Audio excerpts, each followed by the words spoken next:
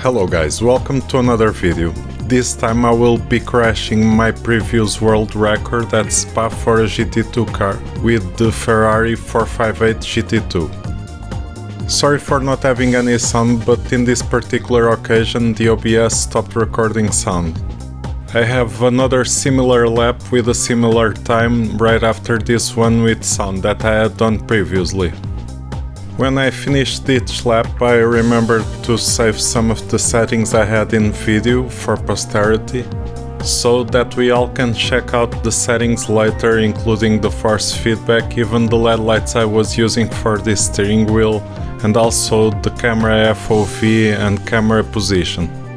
On the V3 pedals I am using the hardest elastometer, the green ones, but I am using the preload foam instead of the mod where you can use half of a red elastometer. My V3 pedals came with that, but I felt that the brake pedal was kinda slow coming back up. I also polished the metal piece that rotates, the axis that holds the brake arm in place, so to be sure that all mechanical moving parts were moving freely.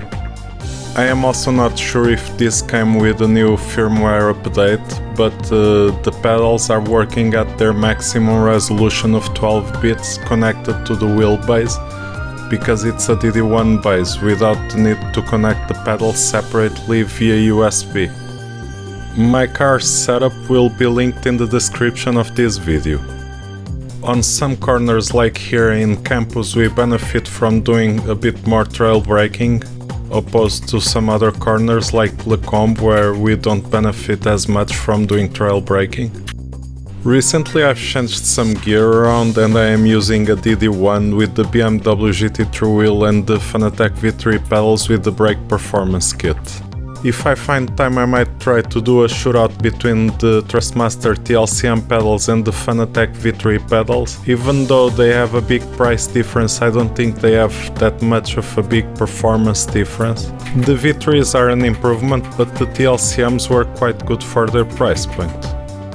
With this lap done in 23rd of February of 2023, I became number 36 in the world in the RSR system for Assetto Corsa, using the RSR live timing app. These force feedback settings were settings that I got after experimenting a bit with the force feedback. I'm not even sure if they're going to be the most realistic ones. These are my pedal adjustments, and this is my screen position at the distance of 50 centimeters from my eyes, so I get the mathematical FOV of 43 degrees. The new bus stop chicane, you want to brake in a straight line and enter in first gear at around 80 to 70 kilometers an hour. Accelerate as quickly as possible without understeering or oversteering, and for last horse we are going to do a similar thing. Here we want to be very aggressive on the brakes in a straight line, and then we want to hit a very strong right hand with an apex speed of 70 kilometers. Exiting last horse you want to accelerate as soon as the car is straight and try to keep the car as straight as possible so you gain as much speed as you can. Going into Eau Rouge and Raidillon you want to get on top of the left curb and barely touch the curb on the right, as it will make you lose grip. Keep full throttle and try to minimize steering inputs, go with the flow and try to get as much speed as possible going into the Camel Straight. If you mess up Eau Rouge, your top speed will be low in the Camel Straight. For Lecombe we brake at 100 in a straight line, release the brakes and turn in, feed a bit the throttle to stabilize and have a high apex speed. Use the whole track, but don't overstep on the curbs, as that will unsettle the car and will make you lose time. For Bruxelles we brake in a straight line at the left curb, come in hot and lean on the tires, late apex, feed the throttle exiting rivage as soon as you see the exit curb. For no-name, step on the right curb, shave off some speed, try to get a high apex speed as high as possible. It's quite tricky to do this right. Right curb for Pujon, brake at the end of the left fences, trail a tiny bit,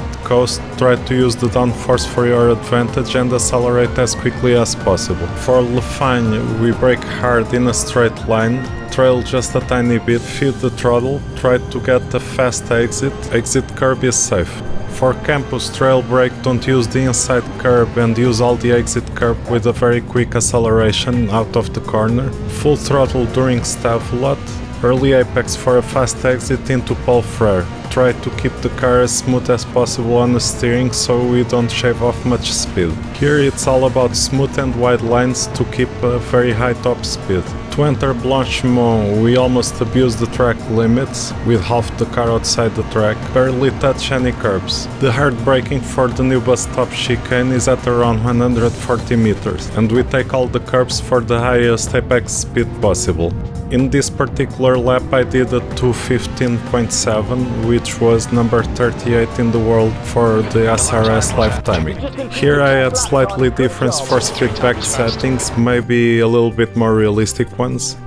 And these are the LEDs and Fanalab settings. I hope you guys have enjoyed this video, thanks a lot for watching. I'm also leaving here my camera settings for my screen position and size. Leave your likes, comments and subscribe to my channel for more content. Thank you very much and have a nice day.